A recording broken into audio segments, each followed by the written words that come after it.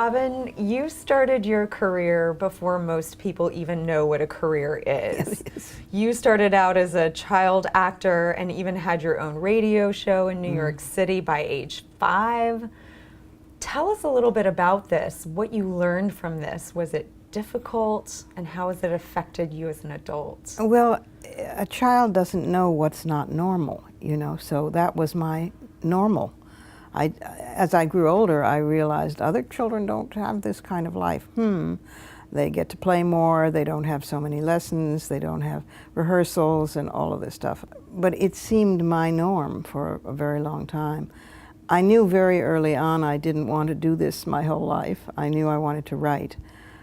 And nobody makes a decision at age 4 to go into show business, so it was my mother and my aunts who made that decision. I was a precocious child and I talked a blue streak, and so they put it to work. What did I learn? I think it took me quite a few years to affirm that I'd learned anything constructive, because I had to fight to get out of the business and become a writer, a serious writer. But in time, I learned to affirm the skills themselves that I'd learned, which were value-free. In other words, the shows were live at that point, so that it required on television or on radio tremendous discipline, maturity.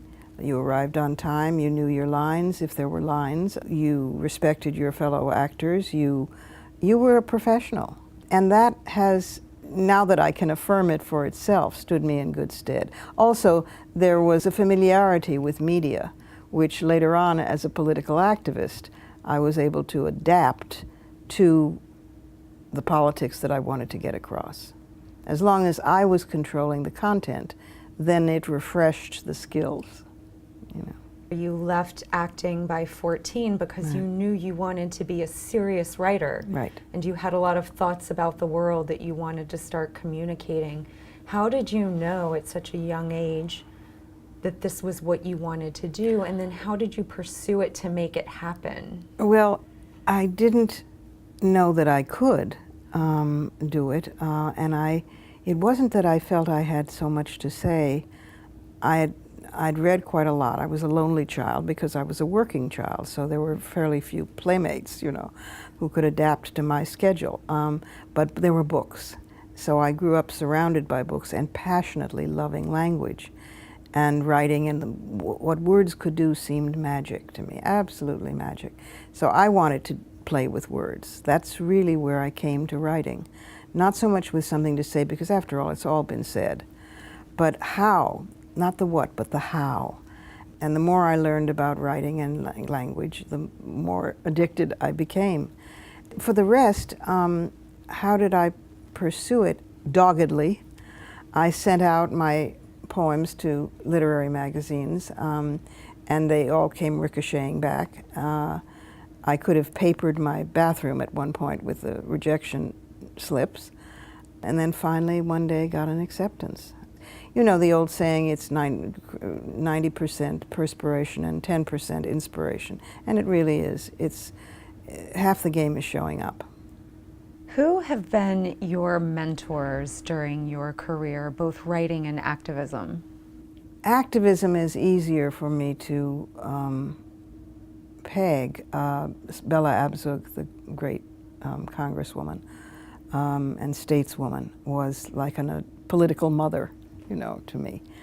But in terms of writing, I wouldn't call them mentors, influences maybe, both dead and alive writers. When I was a young woman, we didn't have mentors per se. The word was not around yet. There were some people who might take you under their wing or suggest books for you to read. There was one wonderful teacher who took me seriously, as many others didn't, because here I had been this child star now announcing that she wanted to write serious poetry. Oh my God, it was like, ugh. And she just took me seriously at face value and said, what do you want to write and why do you want to write? And then began giving me books. She was a major turning point and influence in my life, for which I'll always be grateful.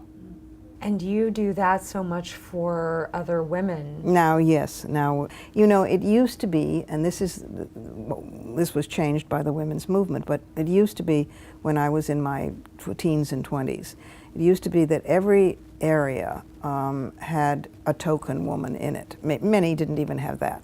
But when women were present, and let's even say in the area of literature, among the prize winners, among the literary establishment, there would be one or two token women.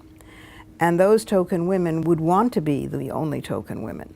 The joke used to be that you climbed the staircase of success and you held on with both hands and balanced on one foot and used the other foot to kick in the face any woman who was climbing up under you. Because you felt you had to. You right? felt you had to. You wanted to be the one and only among the Empyrean gods of the men. This was the period, you know, where if a man said, "You think like a man," you said, "Thank you," instead of, "What the hell do you mean by that?" You know. But now, fortunately, after decades and decades of the women's movement, there's a very different atmosphere, and women of power now have to mentor. I mean, whether they want to or not, it sort of comes with the territory, and I think many of them really want to as well. So it's a much more cohesive and cooperative endeavor. And it's important too, because structures don't change by a token. They change with critical mass. So when we get a critical mass of women in positions of influence, that's when you'll see huge changes in different industries, in different businesses. And how do you foresee that affecting the business landscape? Oh, I think it already is in many different ways. The fastest growing area of business in the United States is small businesses, women entrepreneurs, way out ahead of any other demographic. You look at the other end of the spectrum, and although we have only 16% of boards of directors are women, there is now an entire movement to change that. There are groups like 2020 and 30% and Parity Project that steer investors toward companies that have a minimum of 3 directors who are women. And also, I might add, it's been proven that it helps the bottom line. If you have women on your board, and you have more women on your board, if you actually had parity, whoa, way to go, your profits improve. Norway, in fact, has mandated this. I think it's a 50% now on boards. And the European Union has recommended it, that you have parity on boards of directors. So that's at the top and at the bottom. That's not saying that most women who are in the labor force are not still at pink-collar jobs and labor-intensive and low pay, restaurant workers, household workers, etc. But the impact on the business community, I think, has been and continues to be, and you ain't seen nothing yet, considerable. Your career has been extraordinarily multifaceted. Yeah, well, you have done more than anyone I can think of. No wonder I'm tired. No wonder you're tired. Nap time. Right? You should be able to just relax. Have you shaped it purposefully that way, or has it just happened because you followed your passion? How have you put your hands in so many things? Well, different things for different reasons. I didn't choose to be a working kid, the child actor part, and I did choose to get out of that. Writing I chose, or it chose me, but that became a passion very early on and still is, lifelong. And I always wanted to be a woman of letters. I wanted to write in different genres. Somehow, when I was about 12 or 13, I learned the phrase a man of letters, and it meant he did essays and novels and poetry and nonfiction, and I thought, wow, that's so cool. And so I wanted to be a woman of letters. And I have, in fact, written in all those different genres. So that's the rock. Writing is the rock. And then the activism came in, I think, partly because it was my generation. I mean, I became involved in the civil rights movement, and then the anti-war movement. This was Vietnam. And then the birth of the women's movement this time around, this go-round. And that was so exhilarating and raging and inspiring, all the ings you can think of. And it also fed my writing.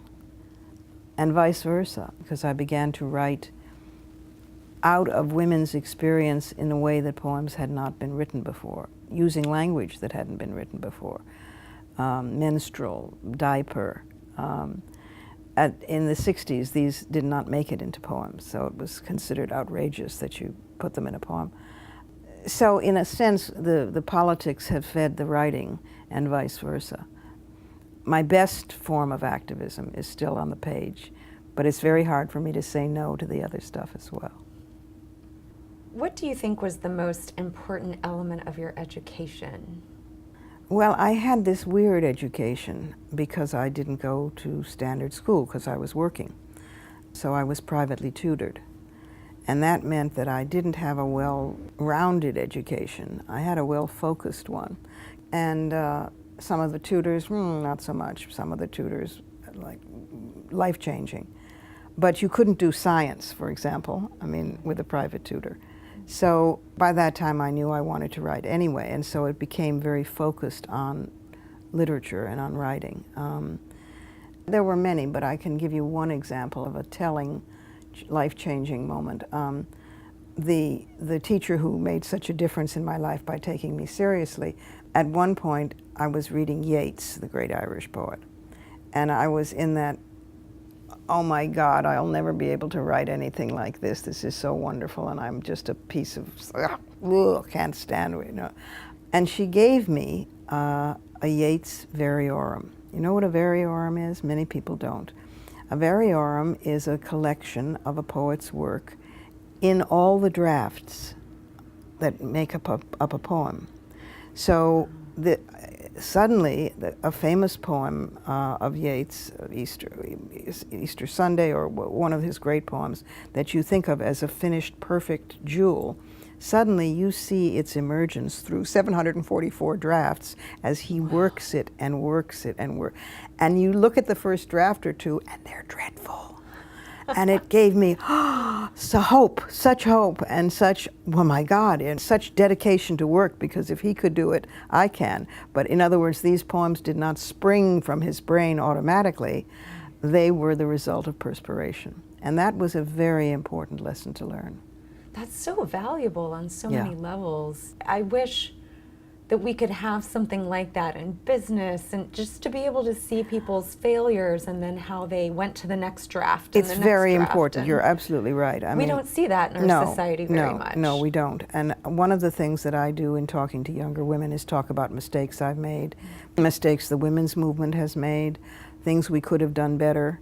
Because in a sense, the best thing we can teach those who come after us is what not to do.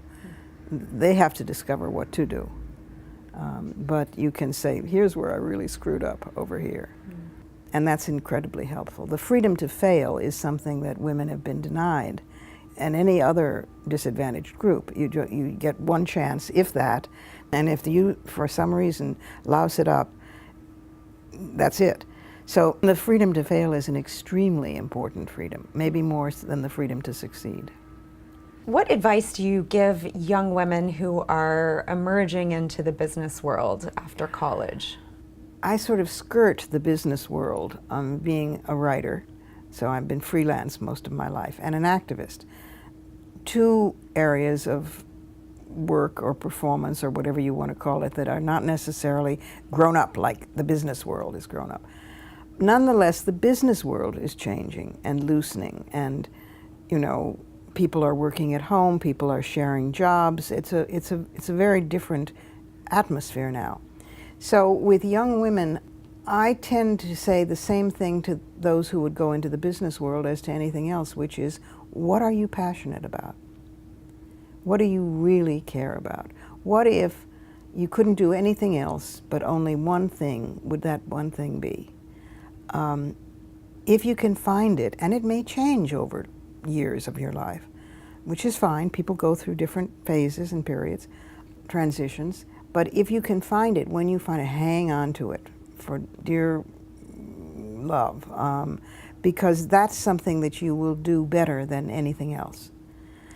Now, my friend and sister Sheryl Sandberg has a whole lean-in philosophy, which is very useful to women, particularly women going into the corporate world. But she knows that I have a critique of Lean In to the extent that you could say it blames the victim a little bit. It's, you know, women have to lean in and fight more. Well, women do, but the structure of the business world until very recently, and still to a considerable extent, is such that it is not family friendly. It is not open to women. It is not, women are still asked, do you expect to become pregnant? As if that has any bearing on the job and on her dedication to the job. And we find that when women drop out to be on mommy track for a while and then come back, they have a hell of a bad time. We find that when fathers drop out, which is rare but does occur, and decide that they're going to be father courage and they're going to actually be there with the child, not just help her with their child, when they come back into the office, they are lauded, they are rewarded, they are promoted, even though the two people have been out the same amount of time. So it's not a level playing field. And I wish that Cheryl had been more critical of the institutions themselves and the need for them to change, to reflect changing demographics, changing lifestyles. Women are marrying later or not at all. They're having children later or not at all, or by themselves, without any stigma attached. It's a whole new set of choices, which is wonderful, because feminism has always been about giving you more choices, not fewer. What is the proudest moment of your personal life and your working life? In my personal life, I think it's a toss-up, or maybe it's shared, it's a tie, between when I've held fresh from the printer in my hands my first book of poems, and when I held in my arms my child. One child I have, and a wonderful child he turned out to be. Now a grown man, a man with a sense of humor and a sense of justice. So I would say that those are neck and neck over pride in the personal life. And in the professional life, I mean, as you could say that the Book of Poems belongs there, but it's a seamless life. Because I'm a writer, because I'm an artist, and because I'm an activist, it's not as though I go to a 9-to-5 job. I'll be working at 3 in the morning or on weekends or on holidays when other people, it's always great to work on holidays because other people go away and so the phone doesn't ring.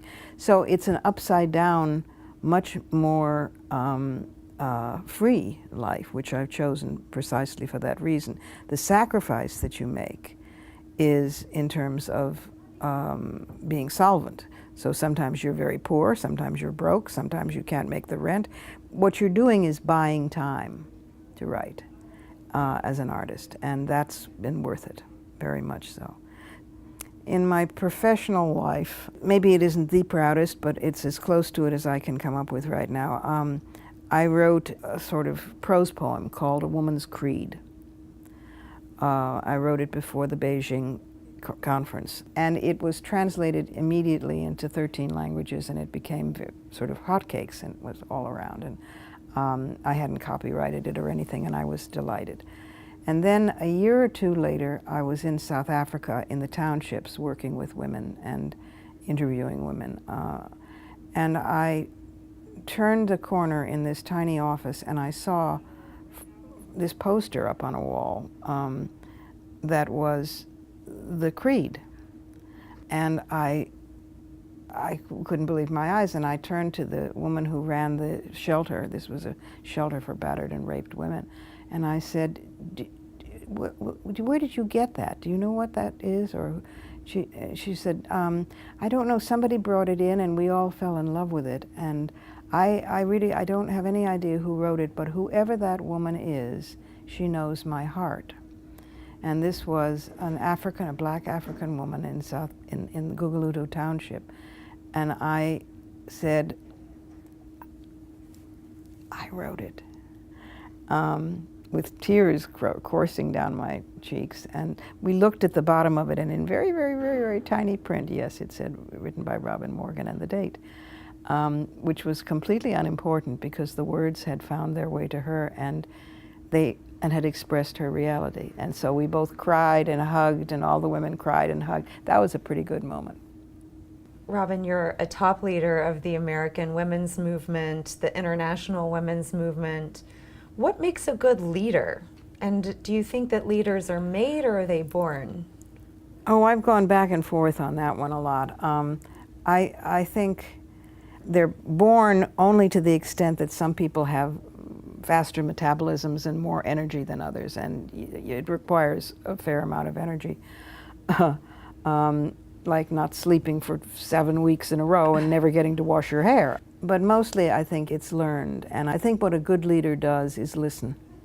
There's a famous story of Gandhi seeing a crowd go by his window and saying, "Oh, I have to leave now, there go my people, and I must go with them, for I am their leader."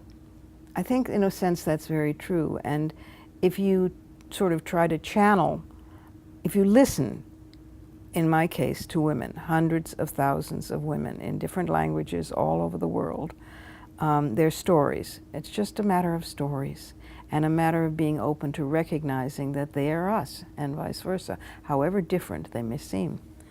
And so the recognition is magic, and that is what gives you the energy to go on and at 4 o'clock in the morning do the posters that you're going to carry in the demonstration the next day, or get arrested, or sit through endless meetings. I'd rather be tear gassed than go to meetings, but meetings are part of the deal. I think if you're very wicked and you die and you go to hell, you find that it is one long, uninterrupted meeting. Yeah. With no bagels or no anything, bagels, no coffee, just another droning on endless meeting, where everybody is saying what everybody already knows, but they're going through the motions like a kabuki dance. Mm-hmm. Yeah, so meetings are not my favorite thing. I'd rather go to jail. Jail is much livelier, and you get to meet women, and you get to learn from them. I would say that learning is the most important thing for a leader, and listening, and asking, and not pretending that you know everything, which is a patriarchal style of leadership that sometimes we fall into imitating.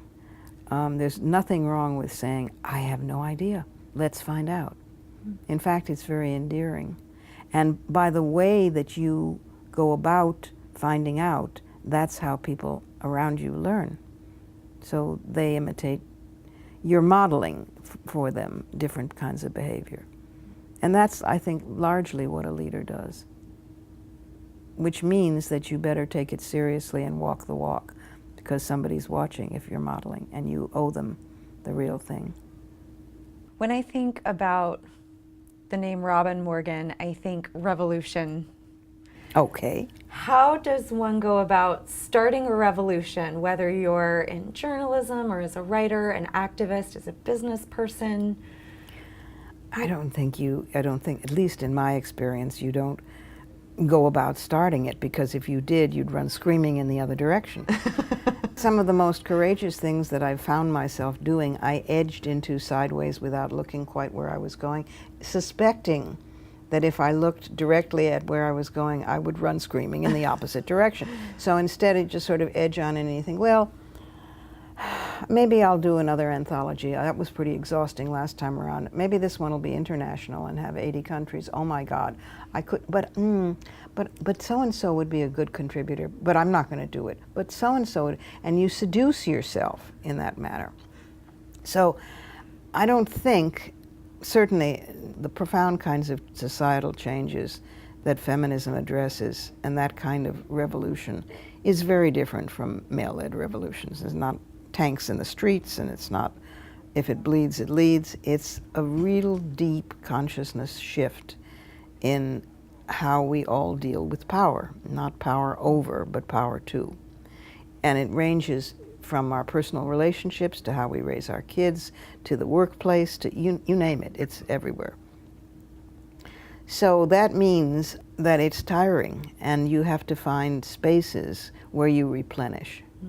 So important. Very important, because otherwise you burn out. And for me, writing is always replenishment, so, and gardening, and cooking.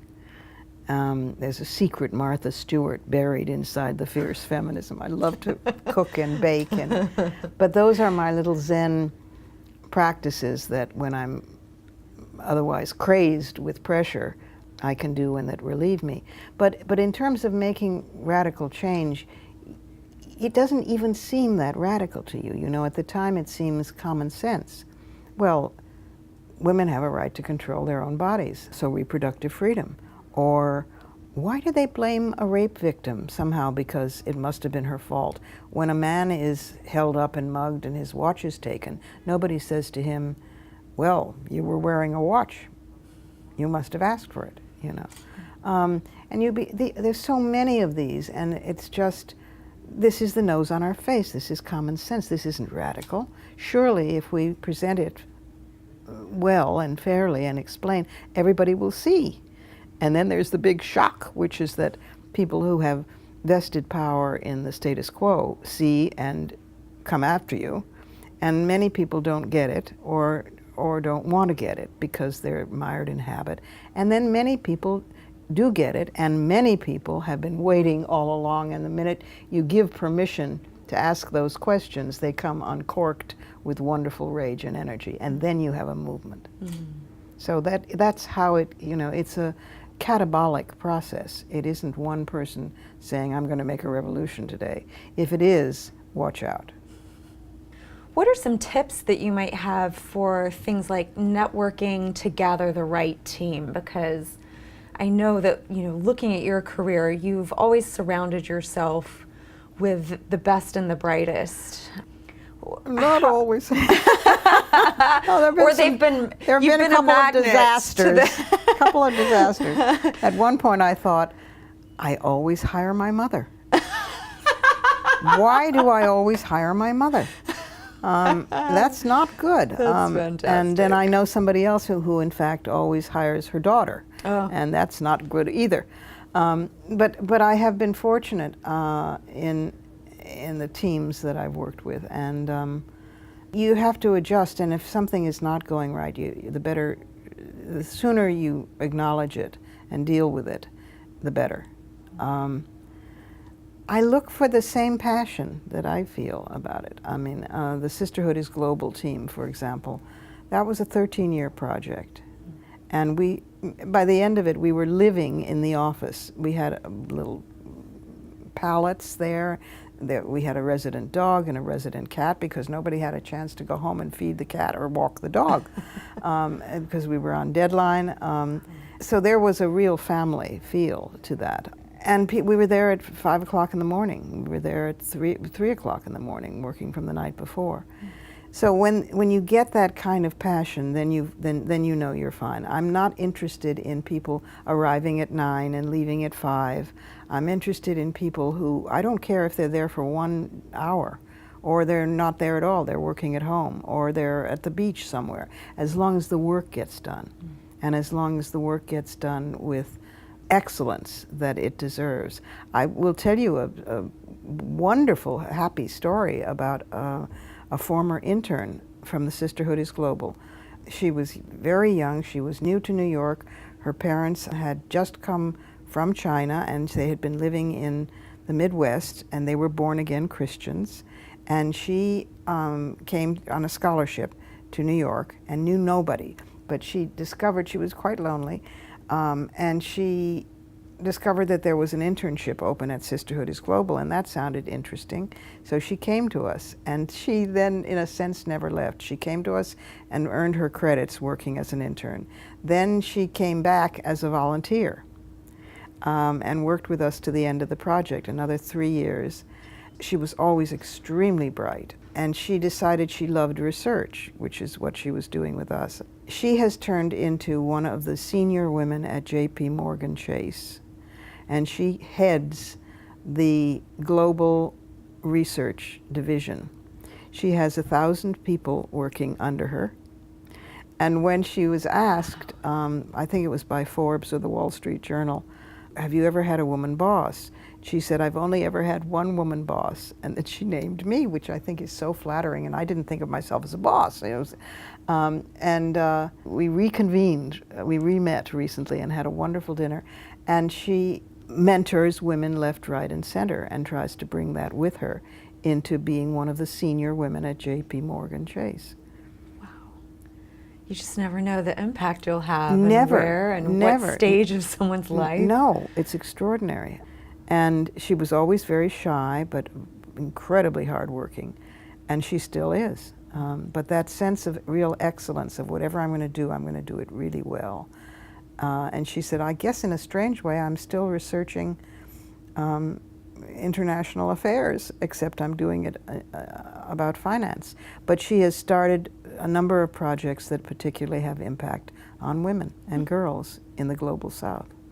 So that was a real unexpected, absolute gift. Clearly, as a co-founder of Women's Media Center and as a writer and as somebody who's led movements, there's a strategic element to that. Generational changes are moving so quickly today. How do you adjust your strategies accordingly? One place to start is with yourself. When I began working, I was a book editor, a freelance book editor, and then an editor in-house. All of the jobs that I've had periodically, it is mostly a freelance life, but all of the decent grown-up actually having a payroll job with health benefits, wow. Whenever I've had those, they've always had to do with writing. So I acquired additional skills of editing, of copy editing, of proofreading. When I worked on a women's newspaper, I learned how to set type. This was still in the days of setting type. When computers came along, I learned computers real fast.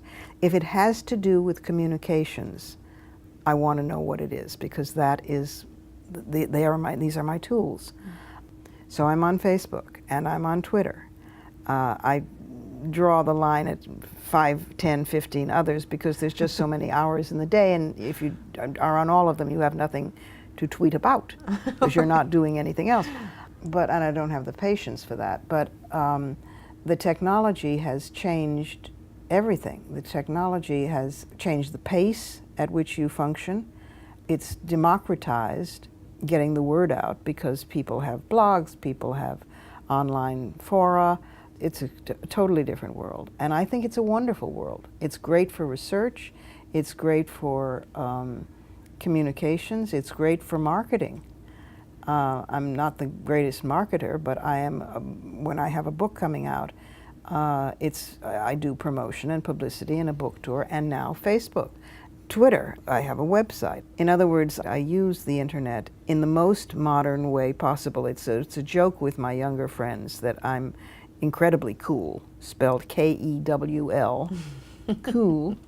And it is true that a number of my friends of my generation have a different attitude toward it. I mean, it kind of if I touch it, will it explode?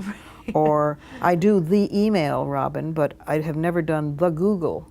I showed Jane Fonda, my colleague at Women's Media Center, how to Google. She had never Googled. And she got so excited about this that at the end of this half hour, she said, oh my God, this is incredible. Robin, do people know about this? But no moss grows on Jane, because within 2 weeks she had a website, she was blogging, she had caught up, with herself, and off she went. So it's the strategy that evolves depends on the action or the organization. But first, you have to equip yourself with a knowledge of what the tools are. There's a great Hopi saying from the Hopi Nation, the southwestern Native American people. And it's wonderful for unraveling. Sometimes you get into such a snit over a problem that you can't see the problem clearly. So this is a very useful way to cut through it. It's 3 questions. What are the goals? What are the obstacles? What are the tools? And if you ask yourself those 3 questions about whatever it is that you're confused over, it is remarkably clarifying and helps you find the strategy rather than impose one. Find it sort of in the stone, the way Michelangelo used to find his sculptures in the stone. You've been the editor of Ms. Magazine. You've led the Sisterhood is Global. also being a co-founder of Women's Media Center. What in particular do you do to create such a collaborative culture? Is there a certain way that you operate? Well, sometimes when deadlines are happening and there's a staff, like at Sisterhood is Global, or a number of other times, or when I was editor of Ms., sometimes the fascist in me comes out. I will confess. You heard it right here, folks. You heard it right here. I'm as hard on myself, or harder, than I am on anybody else. But my nickname at Sisterhood is Global was Attila the Hun, but Hun was spelled H-O-N. Aww. So it was a balance. The honey. It was a balance, but it was Attila, but it was a Hun. And the one thing that's hard for me to, because I'm driving myself as harder, it's hard for me to understand when people don't try. It's not that failing is a problem, it's not, but it's when people don't try. Yeah. And I've encountered that relatively rarely. The Women's Media Center is different because, of course, it's an ongoing project ad infinitum. Sisterhood is Global was a book, and eventually, even after 13 years, it was finished. The institute that came out of it, the Sisterhood is Global Institute, is ongoing to this day. It's over 30 years. Wow. But I don't have direct, I mean, I'm still the president, but it's not a day-to-day involvement. Women's Media Center is different because it's an ongoing NGO with a wonderful president who runs it, Julie Burton, and who produces new things all the time. We're coming out with our first book, WMC Press, called Unspinning the Spin, the Women's Media Center Guide to Fair and Accurate Language. So it's bias-free language. Wow. And some of it is very funny. It's kind of the reading that you dip into and, have on your bedside table and read aloud to it. Listen, George, you got to hear this, And there's so many projects. We train young women to be spokespeople, to not be afraid of media, and also in that media training is how to write an op-ed, is how to say in an interview what you want to say, never mind what they're asking, is how to hold a press conference, is all of the aspects that grassroots leaders need to know to deal with media, because we live in a media-obsessed world. And we're very proud of the training. We're very proud of the Women Under Siege spin-off from Women's Media Center, which is the first crowdsourcing research done on women in conflict areas and sexual violence. And then there's Women's Media Center Live with Robin Morgan, which is the radio program, which started as the little radio program that could, and now is syndicated nationally and is on iTunes online in 110 countries. So it kind of ran away with me, and has been tremendous fun. It's an attempt to model what fair and inclusive media would be, because media in our country and in the global north in general is controlled by, basically, I'm afraid, 6 pale males. Major corporations who now own most of media. That's frightening. And when you get to news and you get to who chooses what the news is, that's doubly scary. So unless you get women, all women in there, and also men of color, you're not getting the full picture. The media landscape, men receive 63% of byline credits in print, internet, and wire news. 63%. Wow. 65% on the evening broadcasts, 63% in print, 60% even on the internet, which we thought might be different, 65% in the wire services. The New York Times has the widest gender gap in male-female bylines. Interesting. And the Chicago Sun-Times had the smallest gap. But men outnumbered women at all 10 major newspapers. Men report primarily on politics, women on lifestyle, still in 2014. men on crime and justice, women on health, men on world politics, women on entertainment, men on business and economics, despite the fact that the fastest growing segment of the economy is small businesses owned by women. Men on business and economics, women on culture. Men on science, women on weather.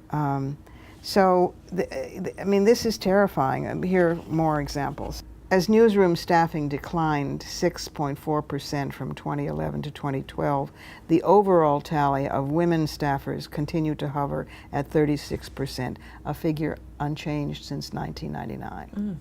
You know, white men continue to dominate the ranks of Sunday morning news talk shows, guests except on a single MSNBC show with a black female host. 2 women, that's 1.09%, were among the 183 sports talks radio hosts on Talker Magazine's Heavy 100 list.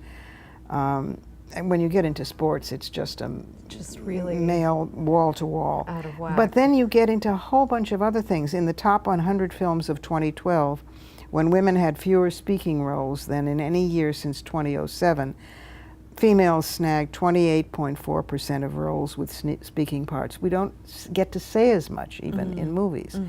This is what the Women's Media Center puts out every year. It's called The Status of Women in the U.S. Media and the Year. And it's already won prizes and become the go-to source. And we've expanded now to have special research done in terms of women of color who get a double whammy. Special research on the celluloid ceiling, women directors, the Hollywood scene, even book reviews. Fewer books are published by women, and fewer books are reviewed by women. So it is across the board. It is not solved, and that's why we started the Women's Media Center. We started this because Jane and Gloria and I, Fonda Steinem and me, the short literary one, the 2 glamorous tall ones, and then there's the short literary one. You're short and glamorous. Thank you, but because standing between the 2 of them, let me tell you, takes a sense of self. Yes. So we were all at an international retreat, and the internationals had shown up, and they were saying how lucky we were to have a free media in this country, because many of them came from countries where it was state-controlled. And we answered, well, yeah, no, not so much. There's advertisers, for one thing, and the firewall, ostensibly between advertisers and editorial content, isn't necessarily so strong. It's a white hegemony and it's a male hegemony. Each of us, in turn, talking about how we often threw our slippers at the television set or talked back to the radio and saying, no, it is not either. That's Oh, not true. good, it's not just me. Oh, no. Talk back all the time to the television and the radio. And yell at it. I haven't yet shot, but I don't have a gun. Okay, But I mean, I haven't yet hit the television.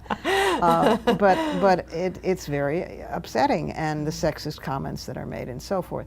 So at a certain point, we were talking, in fact, about one right-wing millionaire who has dormitories and buildings in the South, Richard Viguerie, and trains hordes of young people to be sort of clones of each other and be spokespeople for the ultra-right. So these are the ones that they're sort of like baby Ann Coulters. They go out there and, and Gloria and I were talking about how we had this vision of a rapid response when they say something that's a lie, and being able to send out people who were experts so that they couldn't use the excuse, well, we couldn't find any qualified women, and and to be able to have train our women in the same way, because there were these fantastic grassroots activists, women doing amazing things who just didn't have the skill to present it in a certain way. And Jane sat up straight and said, well, let's just do it then. And Gloria and I, as if we were doo-wop singers, said, do what? Do what? And Jane said, make a women's media center. And she put down a wad of cash, not literally, but she said, I will put up, I think it was $75,000. Wow. Let's see if we can get somebody to match it and go on from there. She was leveraging. And so we leveraged that, and that's how it started. and wonderful principled business women who owned Claire's stores, that chain of stores. Bonnie Schaefer and her sister had space in the Empire State Building and asked if we needed, we didn't have an office or anything. And so we got a half a floor for free in the Empire State. Everybody thought we had lots of money, but we didn't. We didn't even have enough money at that point to buy pencils and pads, but we had a half a floor in the Empire State Building. So there's been a lot of support from, and that's new, from professional women, women in business, who want to see, who know how rough they had it and don't want other people to have to go through that, or who have been bad-mouthed simply because they color him assertive, color her aggressive. Right. You know, I mean, a man is considered aggressive when he buys and sells whole towns and railroads. A woman is considered aggressive when she puts you on hold. Right. So Right. they've been through this, and they wanted to support it otherwise. In the Women's Media Center Awards this year, we're honoring Ursula Burns as the visible and powerful. We have a corporate awardee every year.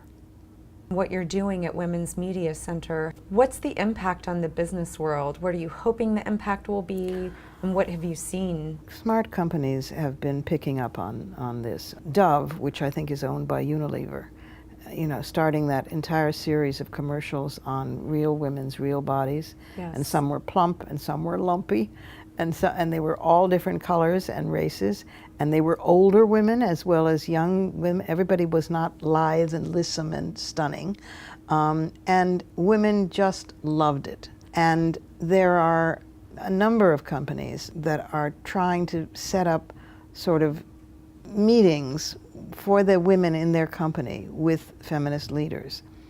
Interesting. I think that they don't necessarily know what will happen, and I give them creds for taking the risk. I think that they want to be trendy. Some of them know, but others want to be trendy and think, well, they will bring in some feminists and we'll have a meeting for all the women at this particular office, and won't that be nice? And then we'll be done with women for a while. It doesn't work that way.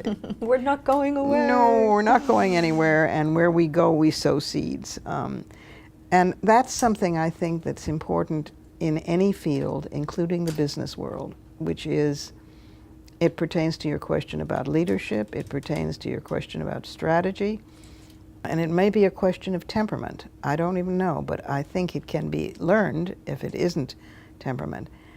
And that's audacity. That's the capacity to risk, which is absolutely central to succeeding at anything.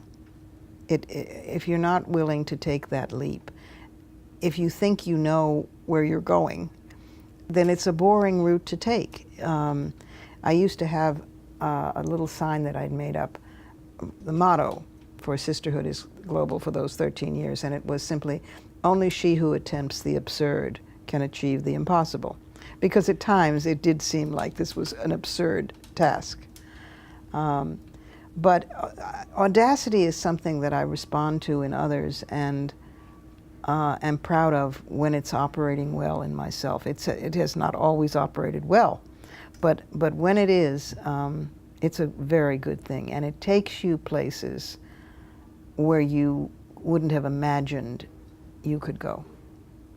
I think about the word feminism and its branding, and Emma Watson spoke at Yes. the UN a couple days Wonderful ago speech. about the feminism brand. Right. And branding is such a universal concern, whether you have a small business or you're a freelancer or you have a huge corporation. It's key. And I'm just wondering, you know, what you think about the brand of the women's movement right now and how that affects the movement overall. I think it's alive and well. In my generation, feminism was still considered a suspicious thing. Many women were loath to use it. They thought it meant man-hater. They thought, well, I don't know what they thought. They thought it meant lesbian. They thought it meant, but just whatever it was trouble. And of course, many, many millions of women did use it, but by and large, the word itself gave people problems. So I used to go around saying, Look, I'm very glad and proud to call myself a feminist. I know the history of the word. It has a great honorable social justice history. It was the women who did the first halfway houses for women coming out of prison, the women who did away with the poor houses, the women who fought slavery. I mean, all of these women used the word feminist, so I'm very proud to use it. However, if for whatever reason you have a problem with it, I don't care what you call it. You can call yourself a squirrel for all I care, as long as you are fighting not only just for yourself, which is easy to do, or hard, but it's centered, but other women. You're fighting for other women as well as yourself. That's what I care where she's coming from and where she's going toward. Interestingly enough, among my generation, African American women and Asian American women and Latinas and Native American women used the word feminist more than Anglo American women, which goes counter to the assumptions. And now, with younger feminists, they're using it all over the place. So the word seems to have come into its brand own. resurgence. Brand right there. resurgence, That's some serious which brand is interesting equity. because people had been saying up until recently, you know, you've got to just triage the name. Right. Women's movement, women's liberation, whatever, but not. And just when some of us felt, just when people were actually getting used to it and comfortable with it, and sure enough, the internet is filled with bloggers, young women, teens and 20s, who are feminist this and feminist that and feminism, and they're proud to be feminist. And so that's quite marvelous. In the international movement, I think there was resistance to the word at first because it was thought to be an American word. Oh. And so it was, oh, you Americans, you know, telling everybody else what to do, even we though like to do that. Yes, I mean, in the global women's movement for years, I felt like I should wear a sandwich board saying, I can't help it if I'm an American. The CIA has files on me too. But it is now in wide usage internationally as well. So it is a brand whose time has come. I feel like it's such a study in sort of the ebb and flow of a brand. It really and is. A word Yeah. having so much meaning and equity. Yeah, it really is. And if somebody, to this day, I mean, if somebody has a problem with the word, they can use they're anti-sexist, or they're for women's equality, or I mean, there's a lot of, English is very rich in synonyms. But I find it interesting that it is more popular now than it was in the last 40 years, not less. And I feel like there's a lot of global corporations who are really sensing a trend in a focus on women and girls in the world. Yeah. And they're creating whole commercial campaigns around their support of that. What are your thoughts Well, some on of them that? I think are real and sincere, and some of them are cynical and co-optative.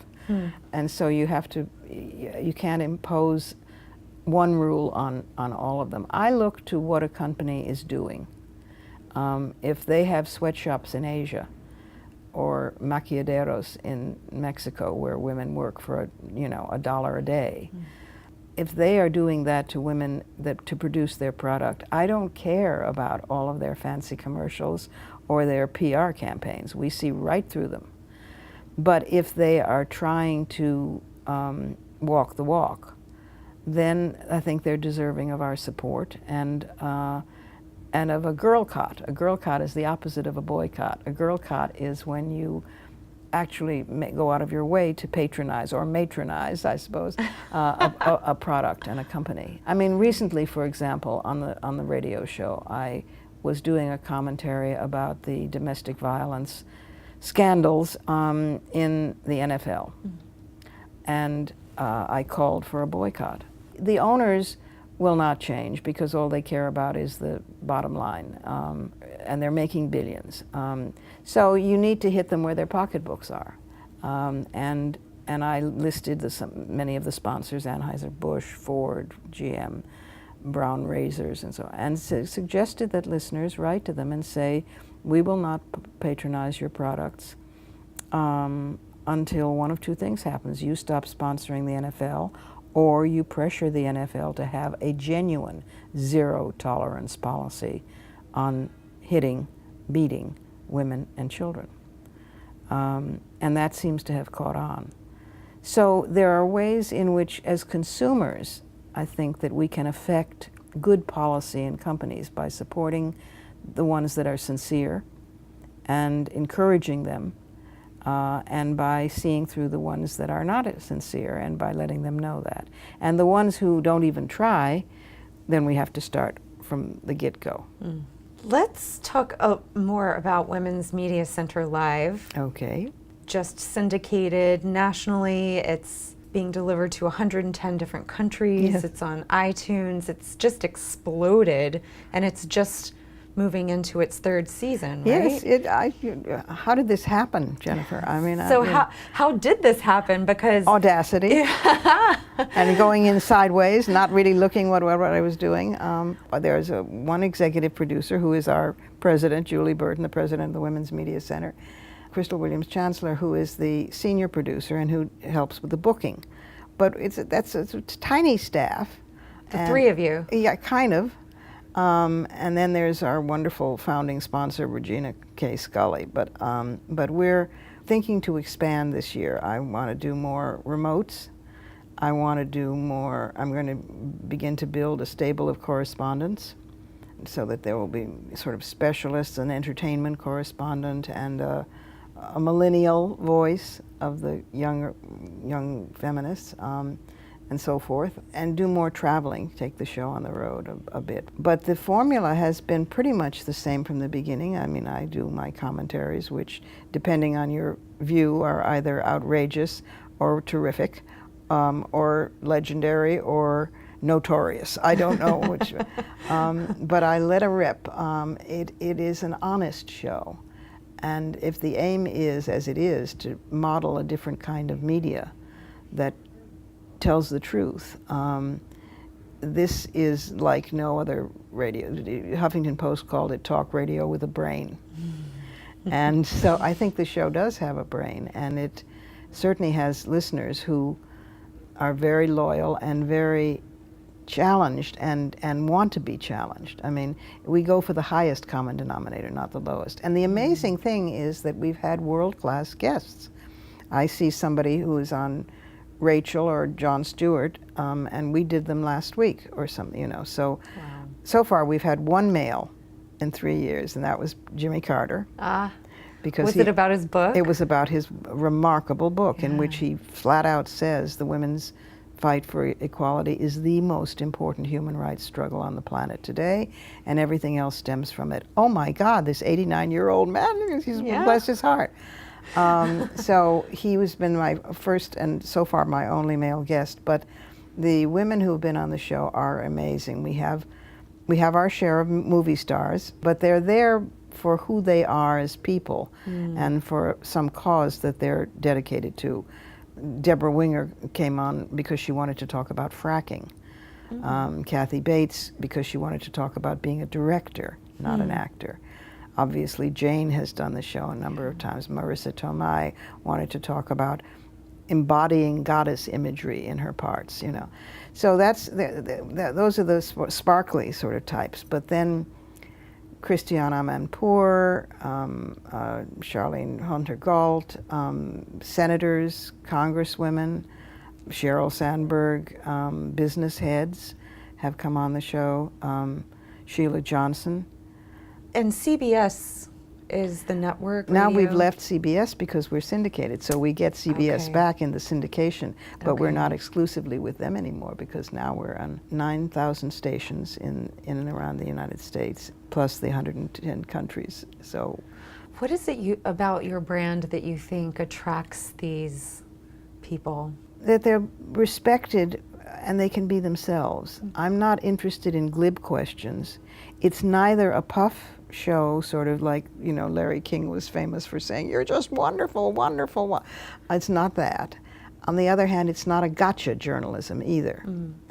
If I were to have somebody on like Dick Cheney, it probably would be. He's welcome to come on the program anytime. But usually they don't want to. They're not willing to be honestly asked honest questions.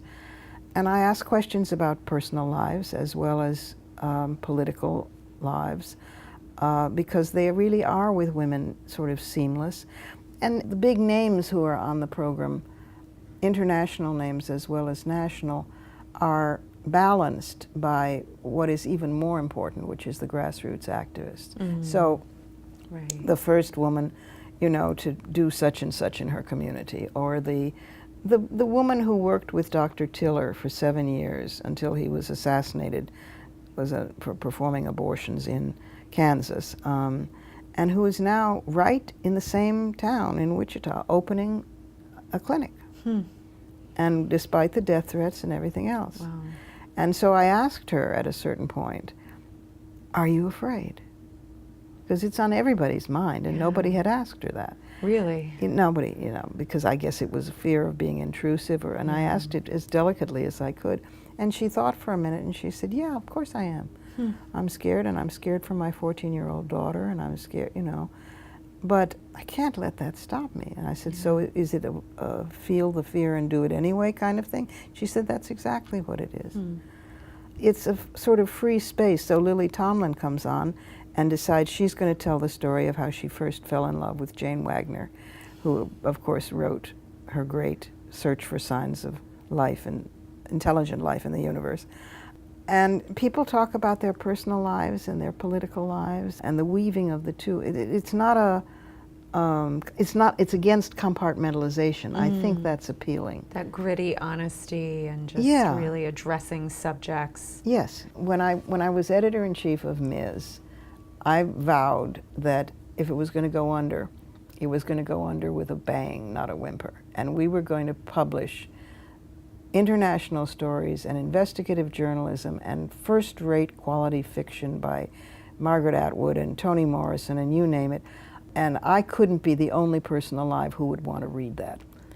And we were not going to take advertising, which freed us up entirely. So it was 100 pages of pure editorial content. And I wrote to the list of subscribers, and we did a lot of publicity saying the same thing, which is, if you want this, it'll cost more. It'll cost more, but it won't have ads, and it won't have this, and it will have this and this and this. And people came forth and said, I want this. In that period of those 4 years, the magazine was the most successful that it has ever been, and it also won more literary and design prizes than ever in its entire history. So it shows you can do good and do well. So it now takes movement ads. So Planned Parenthood has an ad, or, you know, in other words, women's organizations will take ads, but that's not advertising. And if you're trying to publish or air on a radio program something and you have sponsors, it's very difficult because the firewall is not there. Ms. had as strong a firewall as you could have. But, for example, we did a cover story on battery years ago, and advertisers were always very careful as to where their ads were placed. And when they learned that we were doing a story on battery, the liquor manufacturers pulled all their ads out of that issue. They made the connection between drunkenness and beating up on women. Really? Yeah. And there is a correlation. Right. When I interviewed the 4 Soviet dissident women who had done samizdats on feminism, and they had been forced out of the country in forcible exile, and I flew to Vienna to interview them, and we put them on the cover, and there were these great young faces, no makeup, very sort of fresh scrubbed faces, and standing there and Revlon was so upset that there were women without any makeup on the cover of Ms., they pulled all their ads for about, I think, almost a year. You're kidding. No. Yeah. Well, one of the worst was, and they're still not very good, it was Procter & Gamble. Procter & Gamble would not have an ad appear in any issue of Ms. in which the following words were mentioned: lesbian, abortion, contraceptive, and witch. Which? Which. I mean, sometimes it's very cynical, and the use of women or so-called women's issues, because all issues are women's issues, but the use of feminism for commercial purposes. And other times it's genuine. And if it's a company that really is genuine, for example, Walmart is the opposite. Walmart talks a very good line. They have lots of commercials about how they promote people. And now I'm a floor supervisor, and I was sent to school, and Walmart did this, and Sam's Club did this, whatever. But there are class action suits going on in pretty much every state in this country of women who have been badly treated by Walmart, have been discriminated against in hiring, in promotion, in firing, and who endured a lot of sexual harassment. So you look at that, and it doesn't cut it. So you really have to do your your homework. research and really look You a do. lot more deeply than what's just reported. Well, but there are a lot of places now that can help with that. Catalyst, which has a website and which monitors the corporate world and women's position in the corporate world, is very useful. And Women's Media Center covers this sort of thing, and particularly in media, but not exclusively. So that's womensmediacenter.com, Catalyst is catalyst.com. And if you go to feminist.com, you will find a sort of hub, and you can look up women in business, women in corporations, women in arts, and whatever, and find a portal there which will in turn list lots and lots and lots of sources. So it's not as though the sources don't exist anymore to help with the research. Your first ebook, technically, digitizing, the first in all of your books being digitized, is No, that it's right? not the first in all of them. Okay. The more recent books that have come out, Sisterhood is Forever, The Burning Time, which was a historical novel on who the witches really were and the Inquisition, and Fighting Words, which was a compendium of sayings of the framers of the Constitution. Those three are fairly recent, and they are in ebooks as well. Okay. When they were published in print, they were also published in ebooks. But the backlist of the previous books, 20 some odd books, many of whom came out before there were ebooks, or there were ebooks but not as omnipresent as they are.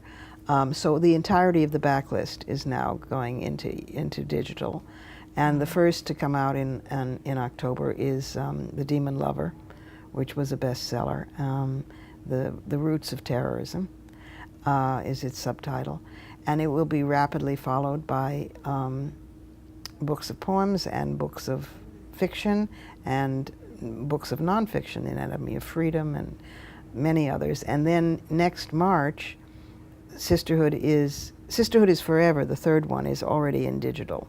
But Sisterhood is Powerful, which has been credited with starting contemporary feminism, and Sisterhood is Global, what somebody called the feminist Fodor. You need it to go around the world. So Global and Powerful will be coming out digitalized in March. And was there any timing considerations about releasing The Demon Lover right now? Yeah, that was one thought. But also, Open Road is doing a very clever thing. It has many distinguished authors. And it's asking authors who already are with Open Road to name a book or two that they think is incredibly formative and important and that isn't digitalized yet. And they asked Gloria, and Gloria said Demon Lover. So they were going to do my work anyway, and that's why we started with Demon Lover. Okay. And it is also, unfortunately, yet again, very timely with terrorism. So, Yes. and it's a very different voice on terrorism than we're usually hearing.